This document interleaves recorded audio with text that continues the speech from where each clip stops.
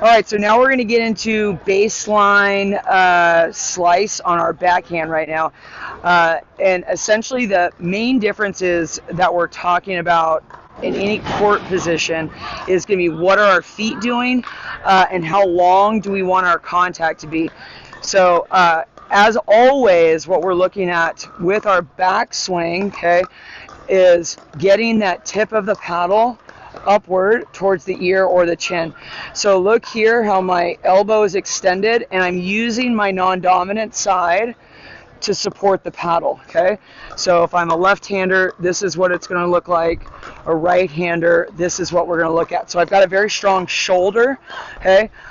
You see a lot of players, they're kind of doing this motion. We want a long forward motion. And remember, we're pushing the paddle in opposite directions.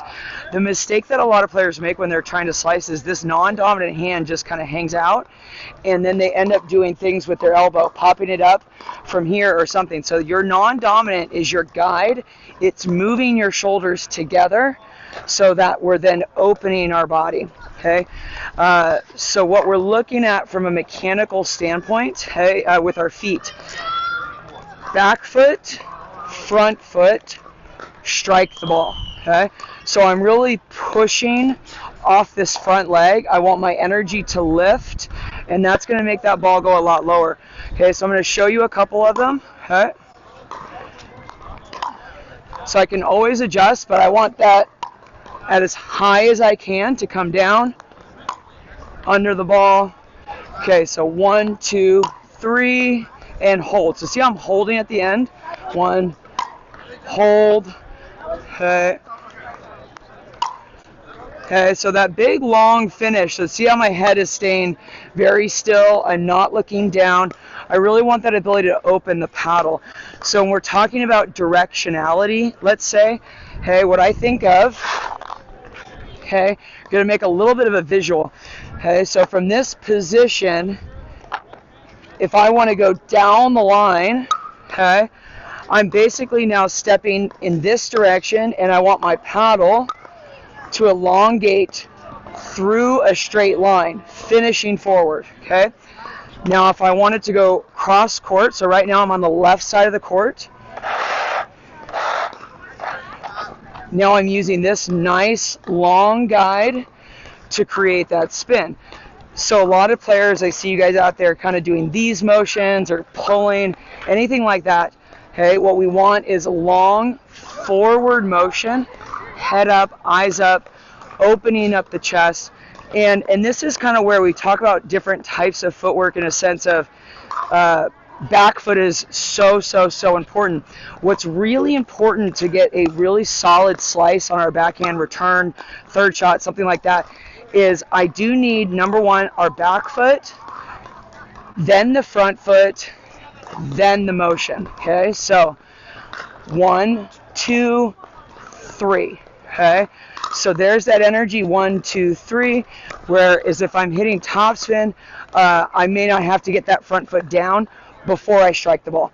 So that'll be the other part of your section. But right now we're looking at forward motion. Okay, and what we're going to do is we're going to move the camera on the side so you can kind of see a couple from this angle. Okay.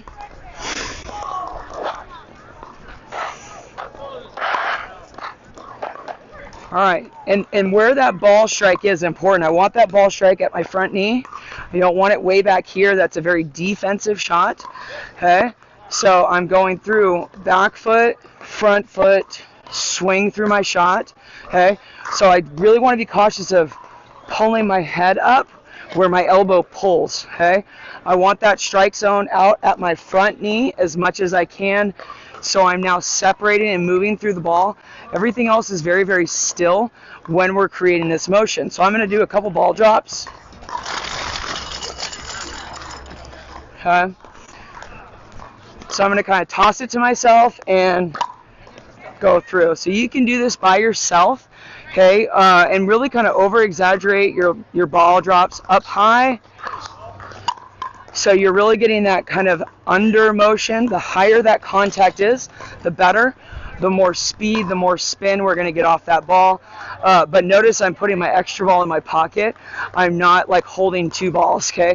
So I'm going to drop the ball, and then I'm putting my non-dominant on my paddle, so then I can separate through the shot.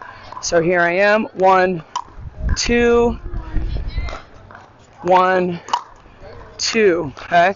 So what I'm doing with my non-dominant is I'm grabbing it. I'm not like touching it or anything like that. So I see a lot of players, they're just doing this. I really want to think like I want my fingers cradling that paddle. So one, it gets my elbow up, okay? And it creates more downward energy, okay? I don't want to just kind of be disengaged. These fingers are really important. It engages what you're looking for. So I want to kind of cradle it. Often, let's say when I play tennis, I would put my hand on the throat of the racket. That's kind of what I think of. I think here's the throat of my paddle, and I'm using this motion. So I've got a lot of space here. Okay, so the non-dominant, this can bend. We don't want this to bend. We can have it loose. We don't want to hyperextend, but we want it as kind of relaxed and extended as we possibly can when we're striking the ball. Okay? When we're practicing, nice and slow. We're not trying to hit this as hard as we possibly can. It's actually a pretty slow pushing motion. The paddle, the contact is going to do all the work for you.